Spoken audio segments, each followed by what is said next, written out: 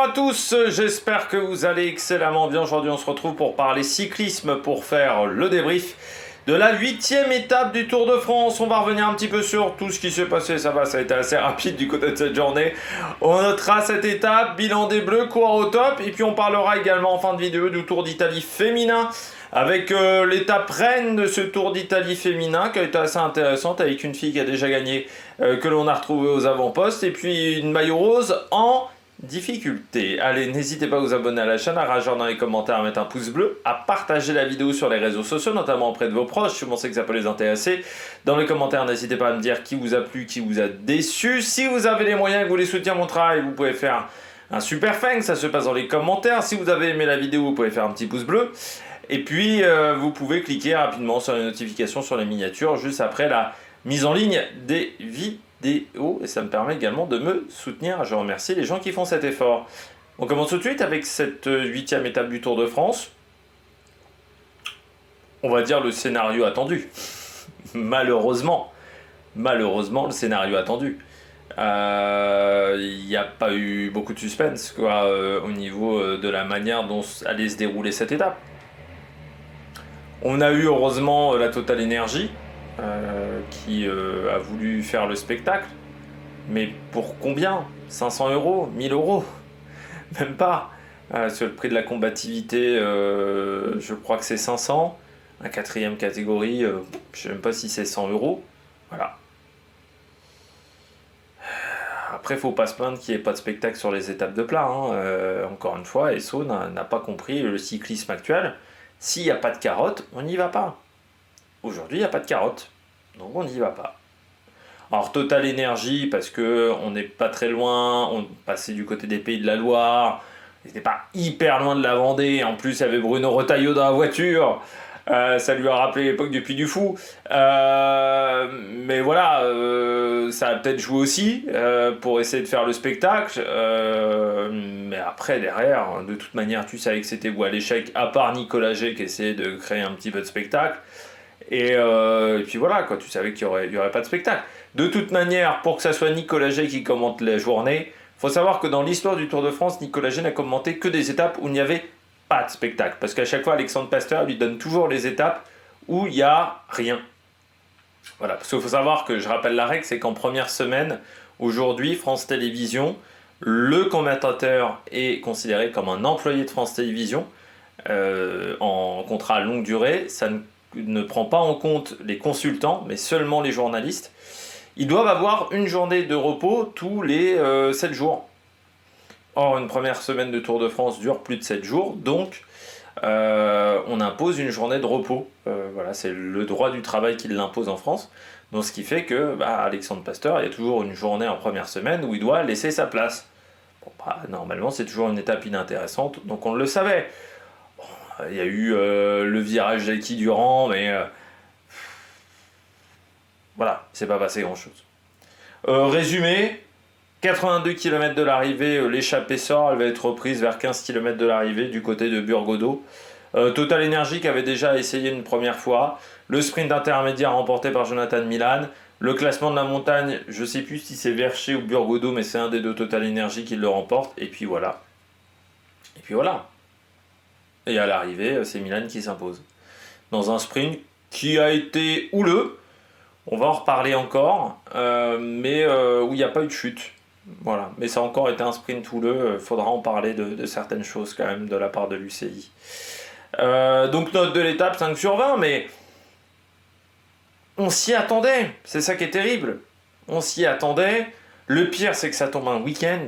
Ça, moi, ASO, je sais pas ce qu'ils ont branlé. Là encore, on fait une étape aujourd'hui qui arrive à Laval, mais demain, on part de Chinon. Au lieu d'arriver à Châteauroux, on aurait pu faire une étape de chemin blanc, des chemins de vigne, un peu Paris-Tour. Bah non, on va arriver à Châteauroux.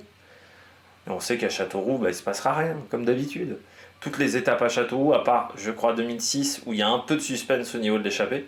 Je sais plus si c'est 2006 ou 2008, là, La première, non, je crois que c'est 2008, c'est la première victoire de Cavendish où ça se joue à pas grand chose au niveau de l'échappée, ça se joue dans le dernier kilomètre. Sinon, c'est jamais rien passé à Châteauroux, donc on sait que demain, sauf miracle, on aura le même scénario. Moi, pour tout vous dire, j'ai regardé l'étape à partir de 46 km de l'arrivée. Donc vraiment, j'ai regardé à la dernière heure de course. Et il y a quand même un moment où j'ai été aux toilettes parce qu'il se passait rien. Il se passait rien du tout dans cette étape. Enfin, voilà. Et c'est terrible de voir que ASO n'a toujours pas compris comment mettre du spectacle, me redonner un peu de l'intérêt sur ce type de journée. Tant qu'il n'y aura pas de carotte, en gros, il n'y aura pas de spectacle. Il y a un moment, les mecs, la beauté du geste, la vie fera le reste. Ça, c'était le jingle de France Télévisions il y a quelques années, mais c'est pas le jingle des équipes au départ du Tour de France. Donc Total a fait le spectacle, bon, c'est une équipe invitée française, on n'est pas très loin de la Vendée, ok. Je pense que si ça avait été à Châteauroux, je pense que personne partirait en échappée. Et parce qu'ils avaient plus de sprinters non plus. S'ils avaient eu encore Emilien Janière, ils n'auraient pas pris l'échappée. Et Uno X, ils ont un sprinter. Et après, les trois autres équipes qui ont été invitées, c'est pas du fait de l'organisateur, c'est du fait de leurs résultats sportifs. Donc elles n'ont rien à prouver à l'organisateur, elles n'ont rien à donner à l'organisateur, et après, les autres équipes, c'est le World Tour. La raison, elle est ça. Donc en gros, enfin là, il y a trois équipes, pardon. T'as Uno X, Tudor. Tudor, ils ont un sprinter, Uno X, ils ont un sprinter. Donc il n'y avait que Total, et qui avait besoin un peu de faire le spectacle. Et encore, on est en 2025. Hein. Ça marchait peut-être à l'époque d'Harry Tubel, ça marche plus vraiment aujourd'hui. Bon, on regarde tout de suite le bilan des Bleus. Du côté du bilan des Bleus, je salue quand même l'échappée de la Total Energy, surtout qu'ils ont essayé dès le début de journée, mais la Lidl les a rattrapés. Enfin, la Lidl voulait pas les laisser partir avant le sprint intermédiaire, en gros. Et puis après, bon, ça c'est quand même. Ils ont quand même réussi à s'échapper à deux. Bon, ça reste des bons souvenirs, je pense, pour ces deux coureurs-là, Matteo Vercher, Burgodeau. Même si Burgodeau a fait aussi d'autres belles étapes dans sa carrière sur le Tour de France. Mais bon, Matteo Vercher, ça va être une belle expérience, même si lui aussi, il a déjà pris une deuxième place sur une étape du Tour de France. Après, très clairement, tu savais que c'était voué à l'échec. Mais bon, ils ont quand même essayé de faire une petite stratégie que Vercher, en fait, catapulte Burgodeau. Mais tu savais qu'à part si le peloton décidait de faire une pause pique-nique à la moitié enfin à 20 bornes de l'arrivée, en gros, il n'y avait aucune chance que ça aille au bout. Ce qui est terrible, c'est aussi le cyclisme moderne qui veut ça, avec les oreillettes, les équipes maintenant sont très très bien organisées. On a eu qu'un sprint pour le moment massif aussi, donc il y avait encore beaucoup de mecs qui avaient les crocs sur cette étape-là. Bon, derrière, il n'y a pas de miracle. Pas de miracle. Donc Total a... Bon, bravo, voilà, Total Energy, bravo pour d'un côté le sponsor, de l'autre côté pour Jean-René Bernaudot, pour les Pays de la Loire. Mais bon, voilà, on savait qu'il y avait peu de chances que ça arrive au bout, mais au moins ils ont essayé, ça a amené un petit peu d'animation dans l'étape. Donc voilà, on peut quand même les remercier. Plus-moins, Brian Cocard. Je trouve que c'est pas une mauvaise journée de la part de Brian, qui a eu un début de Tour de France, comme il le disait, compliqué. J'ai vu son interview d'avant-course. Je l'ai trouvé très intéressant dans l'attitude qu'il avait. Il le disait, il était très détendu, mais ça se voyait qu'il était très détendu. Et ça, c'est quand même pas évident quand tu sais ce que lui ont mis certains mecs sur Twitter sur la gueule. Le fait d'avoir pris un carton jaune, on y reviendra là encore. Le fait d'avoir provoqué une chute importante quand même. Il y avait, il aurait pu être très tendu aujourd'hui et ne pas vouloir y aller au niveau du sprint. Il décide de y aller. C'est un sprint pas évident. Il prend la route Van Aert, sauf qu'il y a un moment, il a été un peu trop timide. Van Aert va faire un mouvement que ne va pas faire Cocard, ce qui fait que, en fait, il est dans la bonne roue et il va se faire dépasser par Van Aert. Et ensuite, il pense qu'il est trop tôt devant, je pense, Cocard. Il va tenter d'avoir un mec devant lui ou deux mecs, sauf qu'il perd beaucoup de vitesse à ce moment-là. Ce qui fait qu'au moment du sprint, il commence un petit peu loin. Mais je trouve que c'est quand même intéressant du côté de Cocard. C'est pour ça que je mets plus-moins du côté de Cocard. Parce que pour moi, c'est un coureur qui a vécu une première semaine difficile, qui avait besoin de retrouver de la confiance. Et si on regarde depuis le début de saison, alors moi j'ai pas vu les boucles, il était aux boucles de la Mayenne, j'ai pas vu les boucles de la Mayenne, mais moi sur les courses que j'ai vues avec Brian Cocard, c'était pas Jojo au niveau du sprint. Je me souviens notamment du Région Pays de la Loire Tour. Donc déjà de le voir faire top 10 sur ce Tour de France, c'est déjà pas mal, parce que c'est vrai qu'il avait gagné sur le Down Under, depuis cette victoire sur le Down Under. Ça avait été un peu compliqué. Il y avait une deuxième place sur la route Orangelle, cinquième sur la classique Dunkerque. Enfin voilà, bon, il a accumulé quelques points, mais c'est vrai qu'on en attendait plus peut-être que de seulement 500 points UCI. Donc je dirais que cette septième place va faire du bien. J'espère qu'elle va le mettre en confiance pour demain du côté de Châteauroux. Et puis pour la suite du programme, parce que l'étape de Toulouse, je me dis qu'à une époque, ça, on aurait dit Brian Cocard. Aujourd'hui, je sais pas, mais l'étape de Toulouse, selon comment ça se court, ça peut lui convenir. Donc il faudra voir comment on gérera du côté de la Cofidis. Ou est-ce qu'on mettra plutôt en avant un Rambourou également hein, sur cette étape-là qui peut être performant. En flop, bah, Penouette et Aski. Alors Penouette, dommage, la crevaison au mauvais moment. Ça très clairement, bon, c'est dommageable. Hein. Après, c'est pas véritablement de sa faute. Voilà, bon, crevaison. Il essaye de revenir. Moi, je pense que l'erreur du côté de la Groupama, c'est d'avoir mis un coureur à son service, Clément Russo, parce qu'on a deux cartes au niveau du sprint. Et là, je pense qu'il y a une vraie erreur du côté de la Groupama. On avait Penouette et Aski. Aski avait fait un bon premier sprint. Donc pour moi, il fallait miser sur les Aski. Ok, on a perdu Penouette. On met tout sur Aski. À 10 bornes de l'arrivée, de toute manière, c'était très compliqué de revenir, de se replacer. Voilà, il a sa crevaison de bornes après Merlier. Pas de miracle du côté de Merlier, pas plus du côté de Penouette. En gros, c'était mort. Une crevaison comme ça à 10 bornes de l'arrivée sur une étape du Tour de France, c'est trop compliqué. Ok, il y avait eu Cadon Grove sur le Tour de Catalogne, mais c'était un cours de Catalogne. Et déjà, ce coup-là, il avait été vraiment exceptionnel, Cadon Grove. Là, du côté de Penouette, il n'y avait pas de miracle. Et je pense que le fait qu'on ait mis Clément Russo, eh bien, ça a complètement désorganisé le train autour de Aski. En fait, il y a un mec qui le place aux 700 mètres. Mais ensuite, il a complètement perdu les roues. Je pense qu'il avait plus beaucoup d'énergie dans les pattes du côté de Lewis Aski. Et après, bon, bah, derrière, pas de miracle. Hein, ça fait une place moyenne parce qu'il finit combien Aski ? Il finit, que je le retrouve, 13e de cette étape. Et on sait qu'il est quand même capable de faire mieux. Et puis, je termine avec Arnaud Démare. Pas de miracle, hein. Voilà. Pas de miracle. Déjà parce qu'on travaille quand même un petit peu pour Vauquelin. Donc hier, ils ont quand même pas mal roulé pour Vauquelin et les derniers jours. Donc eux, ils étaient moins frais, je pense, que leurs adversaires. Démarre, il est déjà super loin au kilomètre. Hein, donc il est à peine sur l'image d'hélicoptère au kilomètre. Si vous le voyez, il est tout en bas sur l'image d'hélicoptère. Donc il est en bas de la boule.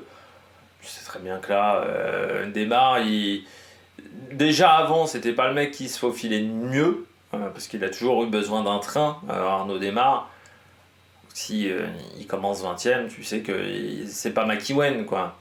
C'est pas le Caleb Ewan de la grande époque qui était capable de se faufiler. Bah non, lui, il a besoin d'un train. Si le train n'arrive pas à être efficient, pas de miracle. Donc voilà, dommage du côté d'Arnaud Démare, mais en gros, c'est assez. Enfin voilà, ça représente assez bien sa saison. Hein.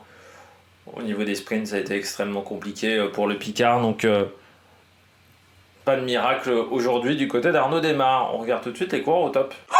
Attaque de Marlou. Les coureurs au top. Jonathan Milan. Alors on va décomposer deux choses. On va séparer l'homme de l'œuvre. On va décomposer deux choses du côté de Milan. Le sprint en lui-même et la performance physique. Puis on va décomposer les mauvais gestes aussi. Aujourd'hui, il gagne Milan. D'un point de vue comptable, c'est excellent. Il prend 70 points. Il prend le maximum qu'on pouvait prendre sur cette étape. Donc là, pour le maillot vert, c'est fantastique. Il reprend un petit peu d'avance sur Pogačar. Première victoire d'étape pour lui sur le Tour de France. Donc c'est toujours assez marquant, surtout que les Italiens n'avaient pas gagné, je crois, depuis Nibali 2019. Donc ça remontait quand même, hein, la dernière victoire des Italiens, parce que Colbrelli avait dû faire 2. Colbrelli. Et puis Colbrelli, il n'a pas eu longtemps de carrière au top niveau, vu qu'il a dû arrêter assez jeune quand même.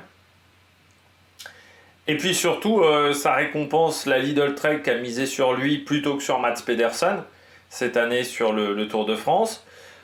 Puis ça récompense tout le travail qu'il a effectué depuis des années à la Bahreïn. Voilà, c'est un coureur qui vient de la piste, qui aurait pu se contenter de faire de la piste. Il a décidé d'aller sur la route. Et ça récompense tout le travail qu'il a fait sur la route, Jonathan Milan, depuis maintenant quelques belles années.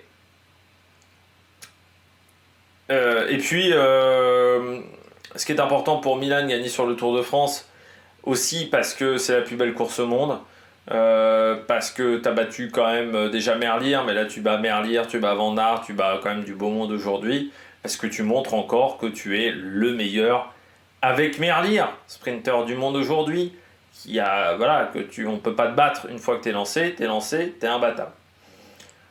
Moi, dans les choses qui m'ont intéressé du côté de Milan, c'est qu'aujourd'hui, je trouve qu'il a été intelligent dans sa gestion du timing. C'est-à-dire que dans les 2 derniers kilomètres, son équipe est un peu décimée. Tout simplement parce qu'on a beaucoup roulé dans la journée, qu'on a beaucoup contrôlé l'étape et qu'on manque un petit peu d'énergie. À ce moment-là, je trouve que du côté de Jonathan Milan, on peut complètement s'enfermer et être complètement en difficulté. Et je trouve que dans les 500 derniers mètres, il arrive à rester aux avant-postes, mais sans déclencher son sprint véritablement. Il évite de se faire enfermer par la Israël. Pour moi, c'est viril, mais correct. Le petit coup de coude, on va dire, hein, sur les coureurs d'Israël, parce que les coureurs d'Israël ne sont pas déstabilisés à ce moment-là.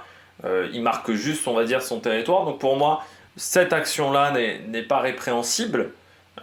N'est pas répréhensible. Moi, je ne la trouve pas répréhensible. Après, c'est sûr que quand on voit ce qu'on a sanctionné en tout début de course, ça pourrait être répréhensible de la part de l'UCI. Et il a fait un peu des arrêts départ où on pense qu'il va déclencher, il déclenche pas. Et on se dit, il a un peu attendu. Mais il a bien fait d'attendre parce qu'à la fin, Van Aert, s'il peut pas suivre, quoi. Il n'a pas la puissance pour suivre, tout simplement, Van Aert. Mais ouais, du côté de Milan, d'un point de vue physique, d'un point de vue gestion du timing, d'un point de vue comptable au niveau du maillot vert, c'est super. Malgré tout, pour moi, il y a un 2 poids 2 mesures avec Milan. Aujourd'hui, pour moi, il doit avoir un carton jaune. Pas pour l'action face au coureur de la Israël. Pour moi, c'est viril mais correct. Les coureurs ne sont pas déstabilisés par cette action. Pour moi, le coureur d'Israël n'est pas gêné dans son pédalage. Voilà, il s'écarte. Mais voilà, moi je trouve que sur cette action-là, il n'y a rien à dire. Par contre, sur la première action, face à Caden Groves à 750-800 mètres de l'arrivée, là pour moi il y a un gros problème. Parce que tu sens bien que Caden Groves veut le remonter et il va vraiment mettre un gros coup de coude pour éviter que Caden Groves le remonte. Donc pour moi là, c'est prémédité. C'est pour éviter de se faire remonter. Et là tu vois bien que Caden Groves est déstabilisé, que ça gêne véritablement Caden Groves. Donc pour moi sur cette action à 800 mètres de l'arrivée, ça mérite un carton jaune. Alors après, est-ce que ça aurait provoqué le déclassement ? Je sais plus parce que je sais plus si il faut pas que ça soit donné dans les 500 derniers mètres. Je sais plus si c'est au kilomètre ou aux 500 derniers mètres où ça te déclasse. Sinon, t'es pas déclassé. Parce qu'on l'avait vu en Belgique. Je sais plus sur quelle course on a vu la situation. Et en fait, non, parce que l'action était à 1,2 km. Donc à 1,2 km, on ne déclasse pas, même si on donne un carton jaune. Mais je sais plus si c'est au kilomètre ou aux 500 mètres qu'il faut que l'action soit faite pour être déclassé. Malgré tout, pour moi, il y a un problème. Il doit avoir un carton jaune aujourd'hui. Il y a un 2 poids 2 mesures. Coquard, il dévie légèrement de sa ligne, on lui met carton jaune. Là, Milan, il dévie très franchement de sa ligne, il n'y a rien. La différence, c'est qu'il n'a pas provoqué de chute. Mais c'est tout aussi dangereux. Encore une fois, pour moi, Coquard a pris un carton jaune à cause des conséquences de son action, pas sur son action en elle-même. Et c'est pour ça qu'il y a un vrai problème du côté de l'UCI, et qu'il va falloir peut-être que du côté de la direction de l'UCI, notamment David Lapartien, qui va redémarrer un nouveau mandat, eh bien peut-être réunir les commissaires et leur rappeler certaines règles, ou clarifier les choses dans le règlement, parce que peut-être que ce n'est pas assez clair du côté du règlement. Pour moi, aujourd'hui, Milan, il doit avoir carton jaune.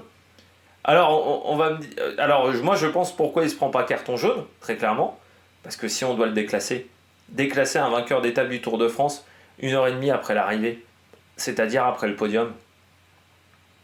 Donc je pense que le mec, tant qu'il gagnera, à part s'il fait une erreur manifeste, mais vraiment manifeste, il ne sera jamais déclassé.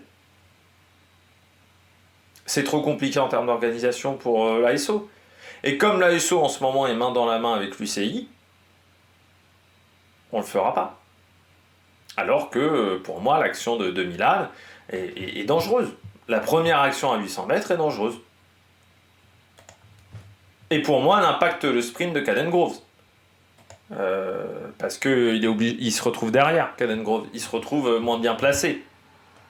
Mais il n'y a pas de carton jaune. Alors on met un carton jaune sur Coca, on met pas un carton jaune sur Milan. Là encore, on a quand même un énorme problème de cohérence du côté de l'UCI, mais encore une fois, moi j'en avais parlé qu'on aurait du mal à sortir parfois la biscotte. Lorsque j'avais présenté ce règlement du carton jaune, et j'avais fait un débat avec moi-même en vidéo. J'avais donné mes arguments, je vous avais dit, je pense qu'on aura parfois beaucoup de mal à sortir la biscotte. Parce que les conséquences sont énormes. Bah là, totalement, on est dans ce cas-là. Parce que Milan, il doit avoir la biscotte ce soir, elle l'a pas parce que ça provoque des classements, peut-être. Et pour moi, c'est un vrai problème. Et puis que là, c'est l'Idle Trek. L'UCI a tendance quand même plutôt à s'attaquer aux petits qu'aux gros. Là, on a l'impression. On l'a déjà vu avec l'étoile de Bessèges. Hein. On n'a pas ouvert d'enquête, j'ai l'impression, avec le Tour de l'Algarve. Alors sur le Tour de Bessèges, oui.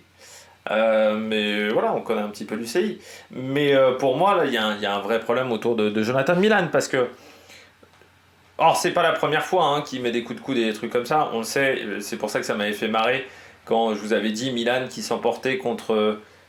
c'était Guillermet, où j'avais dit, oui, quand tu t'appelles Jonathan Milan, vu les sprints que tu fais, t'arrêtes de t'engueuler dans tous les sens et t'arrêtes surtout de faire ce genre de comportement.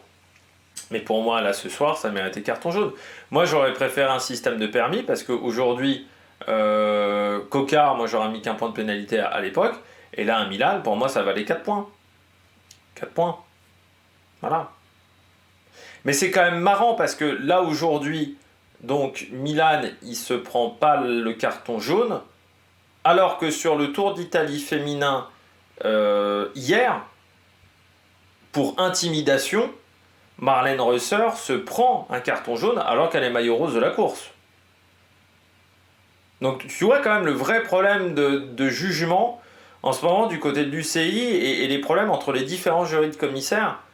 Donc il va falloir vraiment améliorer les choses, parce que là, ça me rappelle un peu l'époque de la FIA avec ce qu'on appelle les pilotes stewards. Les pilotes stewards, c'était des anciens pilotes qui avaient fait des grands prix de Formule 1, ou parfois même pas du tout, qui étaient d'autres disciplines, et qui devaient aider les commissaires à prendre des décisions sur certaines actions. Et on savait qu'avec certains mecs, je pense notamment à Liuzzi, ça mettait des pénalités dans tous les sens, et qu'avec d'autres mecs, ça mettait pas de pénalité. Là, on a un peu l'impression qu'on a ça du côté du CI. C'est-à-dire, tout dépend du commissaire, tu auras pénalité ou tu n'auras pas pénalité. Tout dépend de la conséquence de ton geste, tu auras pénalité ou tu n'auras pas pénalité. Or, normalement, ça ne devrait pas être comme ça que l'on met les cartons jaunes. Donc moi, je trouve qu'il y a quand même un problème. Ce qu'a fait quand même Milan aujourd'hui, c'est-à-dire vraiment de mettre un gros coup de coude, à une époque sur le Tour de France, tu étais à deux doigts d'être disqualifié de l'épreuve. Ou tu étais déclassé, mais tu étais à deux doigts d'être disqualifié de l'épreuve. Avant les biscottes. Tu sais que Mark Renshaw, les coups de tête, pour ça qu'il s'en rappelle. Bon, deuxième coureur top, Van Aert. Pour un mec qui ne devait pas jouer le sprint, il l'a joué. Faut toujours se méfier des déclarations d'avant-course parce que déjà ça peut dépendre aussi de la situation de l'épreuve, de comment ça se déroule dans l'étape, de comment tu sens tes jambes. Peut-être que ce matin, Van Aert au briefing, il devait pas faire de sprint parce que on voulait peut-être du monde autour de Vingegaard ou voilà, on n'avait pas envie qu'il prenne de risques. Et puis au fur et à mesure de l'étape, peut-être qu'on a discutaillé dans la voiture. Peut-être que Vingegaard aussi a dit non, mais a fini, ça me convient. Voilà, j'ai deux mecs qui me protègent, ok, c'est bon. On laisse Van Aert faire son sprint, comme ça il pourra nous aider ensuite en moyenne montagne et qu'il sera encore plus motivé du côté de la course. Surtout que ma femme l'a quand même critiqué, alors je vais quand même lui rendre l'appareil parce qu'il n'a pas été trop méchant avec ma femme dans ses déclarations. Et ben Van Aert, ouais, il a fait le sprint. Et puis des fois, il y a de l'intox. Hein. Des fois, on dit non, je vais pas jouer le sprint. Puis bon, on le joue. Ça fait partie du sport. On sait très bien que les déclarations, parfois, peuvent être écoutées par les autres. On fait de l'intox. Alors, ça se fait pas énormément dans le cyclisme. Il y en a quelques-uns qui le font. Un qui était spécialiste de l'intox, c'était en rallye Sébastien Ogier. Sébastien Ogier, en communication, un monstre. Tu savais jamais ce qu'il disait, s'il y avait un intérêt, pas d'intérêt, quel était l'objectif de ses déclarations. Tu savais jamais. Il y avait toujours un objectif derrière les déclarations de Sébastien Ogier. Et puis il y a des pilotes de Formule 1 aussi qui savent très bien le faire. Donc Van Aert, peut-être ça a été voilà, de l'intox. Comme ça, il savait que peut-être dans certains directeurs sportifs allaient moins le cibler et qu'il allait être plutôt libre de ses faits et de ses gestes. Moi, je trouve que son sprint, il est très propre à Van Aert. Dans un sprint comme ça, où il n'y a pas vraiment de fil conducteur, où il n'y a pas vraiment d'équipe qui arrive à gérer le tempo, il a réussi à faire un sprint extrêmement propre et en même temps un sprint de qualité parce qu'il n'a pas bouffé beaucoup de vent. Il a su passer d'un train à un autre. Au départ, je suivais pas tant que ça Van Aert, pour tout vous dire. Au départ sur les premières images d'hélicoptère là après le rond-point et puis après je me suis dit dis donc c'est qui Livisma, c'est Van Aert qui est devant là comme ça et je me suis dit oh lui il va jouer le sprint déjà et puis hop là bah dis donc il est bien placé et puis ensuite je l'ai vu slalomer. Je trouve qu'il a fait un sprint très intelligent. Alors après face à Milan de toute manière ça aurait été face à Merlier, il a plus la puissance aujourd'hui pour jouer avec ces mecs là parce que ces mecs là sont quand même des superstars du sprint actuellement. Mais si ça avait été à la place d'un Milan, un Guermeil, il battait Guermeil. Pas de chance pour lui, c'est Milan. Voilà. Mais pour moi, il fait un beau sprint. Dely, là aussi, alors déjà la Lotto l'a bien entouré, ce qui arrive tellement peu souvent, il faut quand même le souligner, parce qu'il il est souvent seul dans les 5 derniers kilomètres, Dely. Là, je trouve que par rapport à d'habitude, du côté de la Lotto, on l'a beaucoup mieux entouré.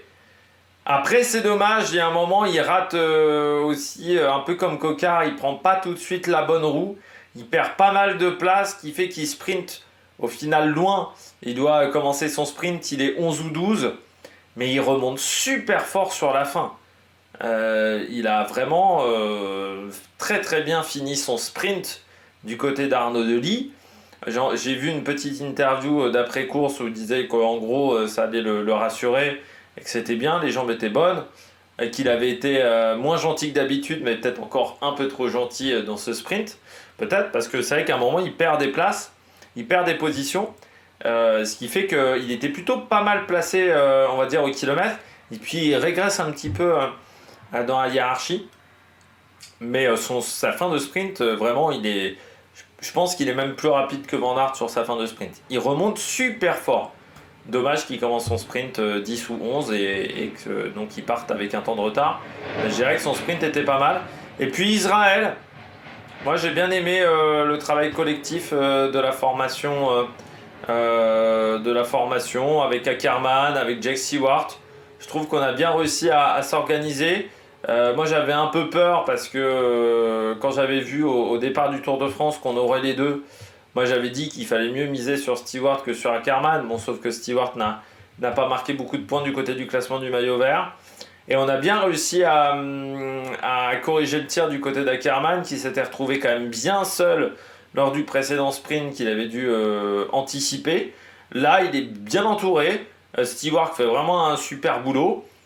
Après, voilà, Caden Groves est plus fort. Voilà, il fait un très beau sprint. Ackerman, il n'y a pas RAE, j'ai envie de dire, dans le sprint d'Ackerman. Et je trouve que du côté de la formation, eh ben, on a plutôt fait du très très bon travail du côté d'Israël. Donc moi, j'ai vraiment bien aimé le travail de cette formation. On regarde tout de suite les bonnets d'âne. Du côté des bonnets d'âne du jour, je commence avec Guilhermet. Trop gentil, Guilhermet. Trop gentil sur le sprint. Quand Milan tasse Caden Groves, fait ce coup de coude sur Caden Groves, Guilhermet est plutôt pas mal placé. Il est, on va dire, 7-8e à ce moment-là. Et puis le geste de Milan va faire une vague. Et il se fait complètement bouffer par la vague, Guilhermet. Complètement mangé. Et ensuite, il a complètement disparu. Alors, premièrement, il a été trop gentil. Deuxièmement, lui, il a été mal accompagné. Il a bouffé énormément de vent. Notamment vers 1,5 km de l'arrivée, ou 1,6 km, je ne sais plus, où il est vraiment en plein dans le vent. Et forcément, à 60 km/h, 70 km/h, l'impact du vent est énorme au niveau aéro. Donc, tu perds toute ton énergie à ce moment-là. C'est quand même dommageable du côté d'Intermarché parce qu'on a emmené une équipe complètement construite autour de lui. À part peut-être Louis Barré, mais et encore. Et un peu Zimmerman, mais même Zimmerman travaille pour Guilhermet. C'est-à-dire qu'on a créé une équipe complètement autour de lui. Pour au final, en termes de résultats, pour le moment, c'est quand même pas dingue. Alors 7 pour moi, Guilhermet est moins fort que l'an dernier. Parce que l'an dernier, il était pas mieux emmené de la part de l'Intermarché et il arrivait quand même à s'en sortir. Je pense notamment au sprint de Turin, où il n'avait pas été bien emmené, où il était un peu seul, il avait réussi vraiment à se faufiler parfaitement. Là, je trouve qu'il est retombé un petit peu dans ses travers. L'an dernier, je trouve qu'il arrivait à se positionner, à se placer correctement et à se frayer des passages de manière beaucoup plus importante que les années précédentes. Là, on retrouve, on va dire, un peu le Guilhermet qui est un peu trop gentil. C'est-à-dire que dans ce genre de cas, il faut parfois un peu aller, alors je dirais pas à la baston, mettre des coups de coude comme Milan, mais il faut savoir imposer son physique, voilà, aux autres. Montrer qu'on est là. Montrer que on va pas se faire déstabiliser si tu essaies de jouer au coup de coude avec nous. Et à ce petit jeu-là, Guilhermet, il a un peu du mal. Et puis après, sur la fin, il manque de l'énergie. Je pense que la barre rouge a été déjà entièrement consommée à 500 mètres de l'arrivée du côté de Guilhermet. Donc ça, c'est bien dommageable. Deuxième flop. Van de Poppel. Ce soir, Van de Poppel, normalement, il devrait être à la maison. Si on respecte le règlement et si on respecte la sévérité avec laquelle on a mis un carton jaune à Brian Cocard, Van de Poppel, il est à la maison. Pour moi, ce soir, il y en a 3 qui auraient dû prendre des cartons. Au moins 3. Mais 3. Pour moi, Jonathan Milan, pour l'action à 800 mètres de l'arrivée. Caden Groves, pour un peu l'action de motocross, là, avec son freinage extrêmement tardif dans le rond-point. Et puis, Van de Poppel. Alors, Van de Poppel, c'est presque pour l'ensemble de son œuvre. C'est du grand n'importe quoi, son sprint, Van de Poppel. C'est-à-dire que, beaucoup de gens critiquaient aux Pays-Bas Groenewegen. Van de Poppel, cette année, c'est du grand n'importe quoi. Il en fout partout. C'est-à-dire que tu le vois passer, il faut que tu t'écartes. Parce que si tu t'écartes pas, ça peut être une catastrophe. Regardez vraiment le sprint de Van de Poppel, c'est une catastrophe. Le dernier kilomètre, c'est une catastrophe. Il envoie des coups de coude à tout le monde. Mais il y a au moins 2 ou 3 coureurs qui se prennent des coups de coude de Van de Poppel. Et qui sont déstabilisés, c'est pas du petit coup de coude, non, c'est du... Voilà, c'est du comme ça, Putain, t'as déjà un carton jaune.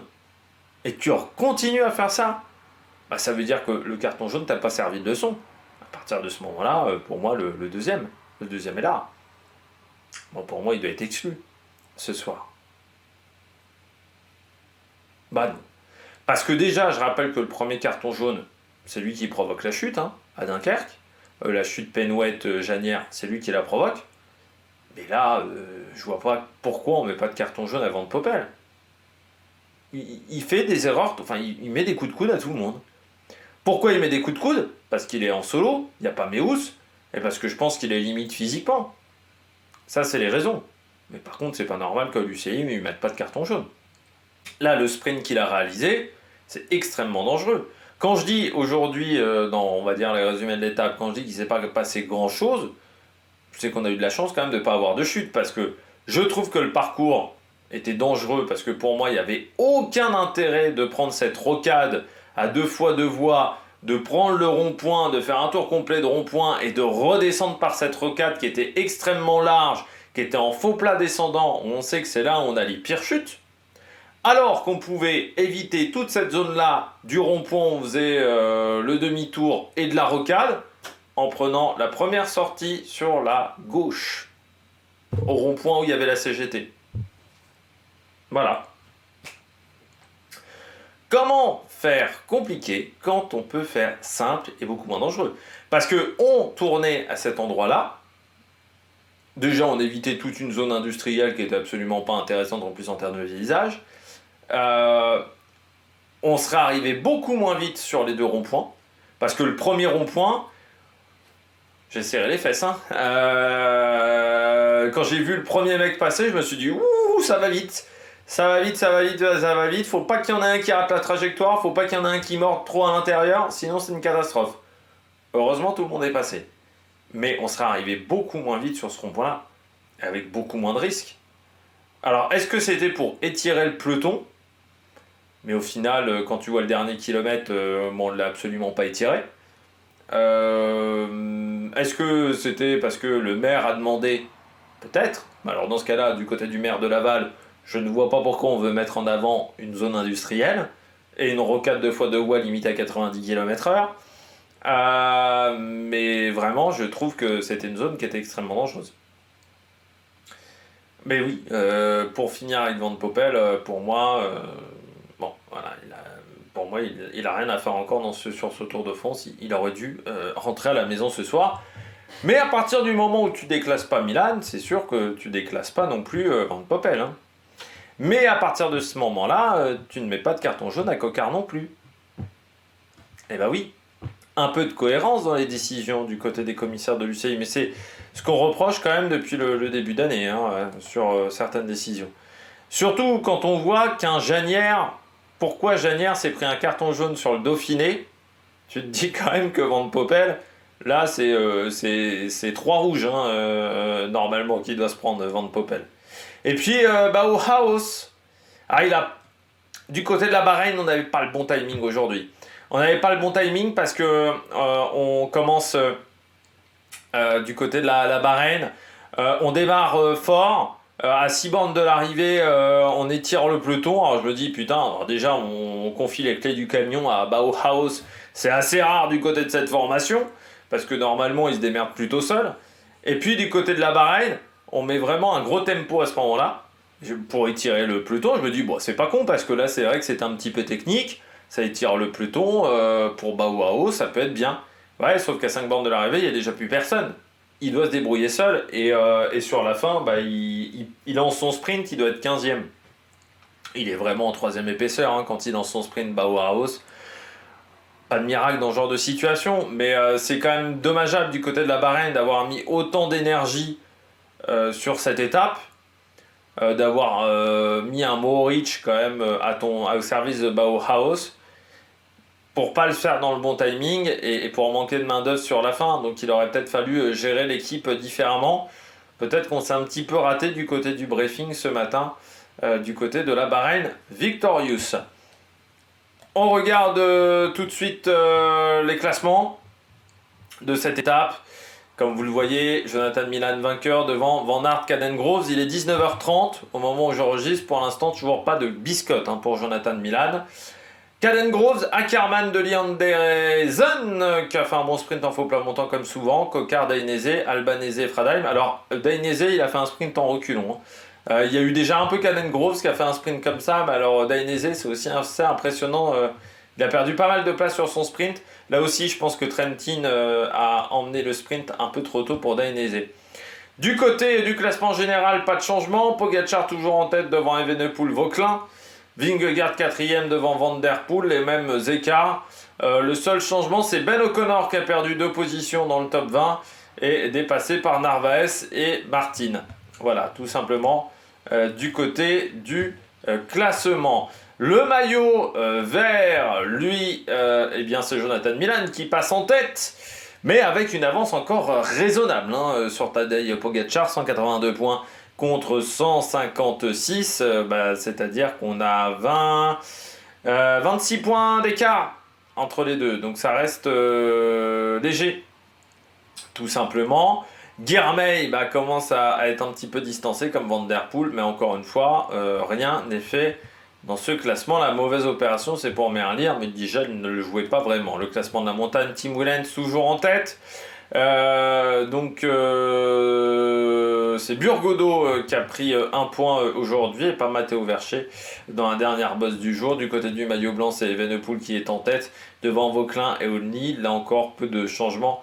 Aucun changement dans le top 10. Et du côté du classement par équipe, la Visma en tête devant UAE, Groupama et Arkea. La Total Energy gagne 2 places dans la file des voitures. C'est la Movistar qui en perd une. Et ça, c'est pas une bonne nouvelle pour Enric Mas. On termine cette vidéo avec le débrief de la 7e étape du Tour d'Italie, avant-dernière journée de course. On était sur l'étape Rennes avec le Monte Nerone avant l'étape d'Imola demain que je vous ai déjà un petit peu présenté hier, qui sera une étape assez casse-pattes, cette étape d'Imola.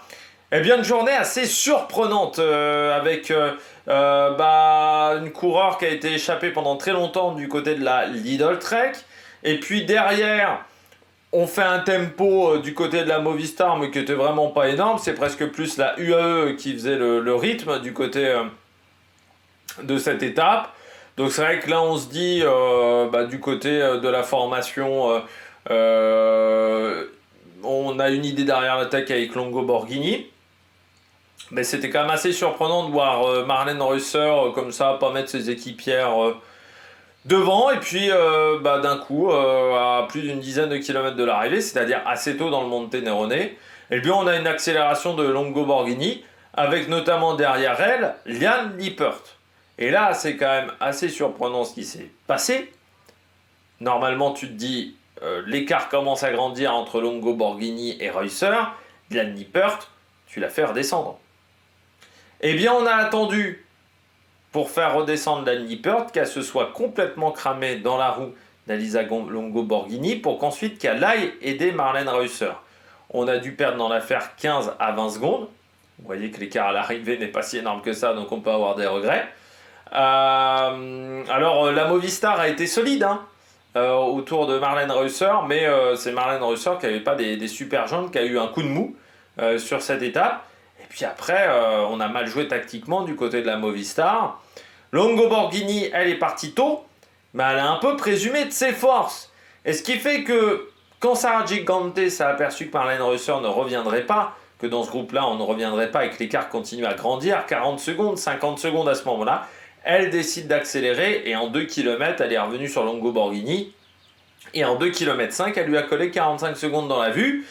Donc, belle victoire de la part de Sara Giganti, parce qu'à chaque fois je dis Gigante presque à l'italienne, alors que c'est Giganti, normalement, vu que c'est une Australienne.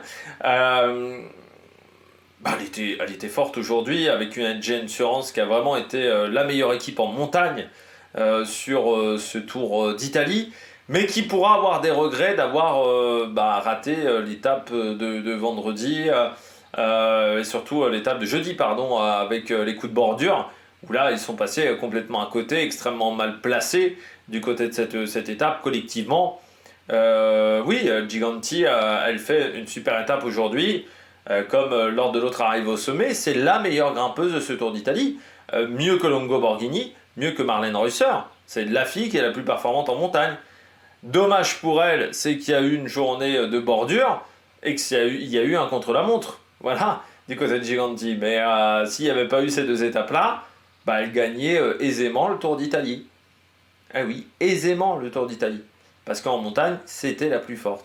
Voilà, dommage du côté de la leader de l'équipe LG Insurance parce qu'elle pourra avoir des regrets à l'arrivée de ce Tour d'Italie féminin parce qu'elle pourra se dire ah là là, je suis pas passé loin de la victoire.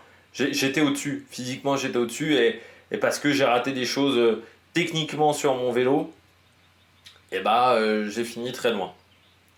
Longo Borghini, ouais, là, c'est un peu enflammé, je pense. Je pense qu'elle a compris assez vite que Reusser était pas incroyable. Donc avec Persico, parce qu'il y avait Persico dans l'affaire, elles sont parties très loin du sommet. Le problème, c'est que pour faire l'écart, il a fallu faire un gros tempo. Et tu vois bien sur les 3 derniers kilomètres, Longo Borghini, elle souffre. Elle souffre parce que Giganti, elle fait quand même un gros effort pour revenir sur Longo Borghini. Pendant 500 mètres, elle va rester dans la roue.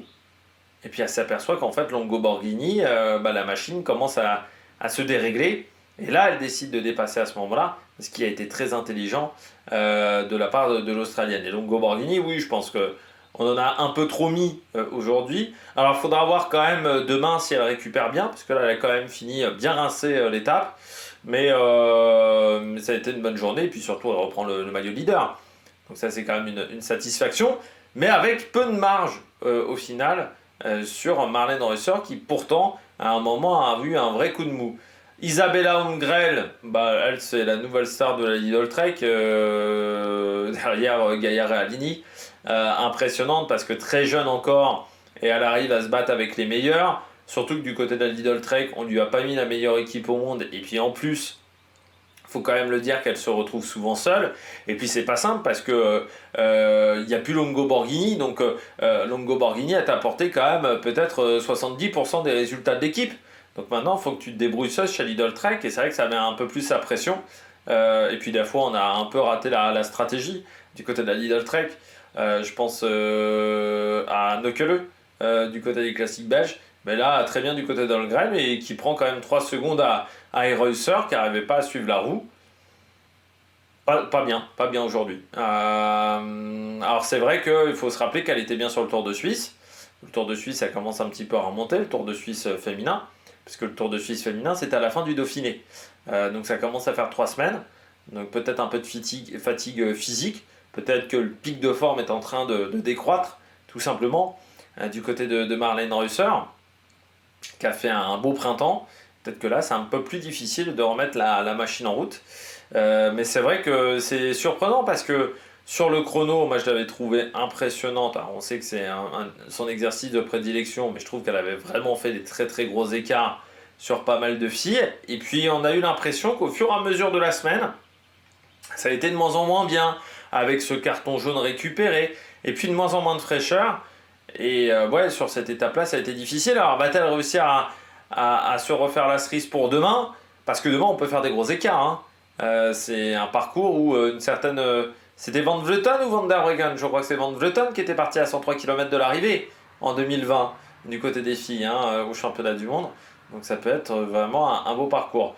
Niedermayer qui fait une semaine intéressante. Elle est juste derrière les meilleurs. Mais juste derrière les meilleurs. La jeune allemande. Et puis Malcotti, très très bien en montagne. Malcotti, très intéressante sur ce qu'elle a montré.